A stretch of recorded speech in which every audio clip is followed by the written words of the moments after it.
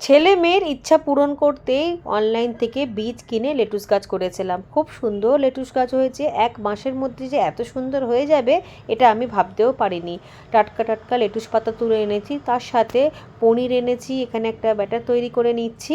এখানে রয়েছে লঙ্কার গুঁড়ো, ব্ল্যাক পেপার, ময়দা, আদা রসুন কাঁচা লঙ্কা বাটা, একটু ব্রেড কাম ভালোভাবে গুলে নিয়েছি। এর মধ্যেই পনিরগুলোকে ডুবিয়ে ভালোভাবে হালকা হালকা করে ভেজে নেব।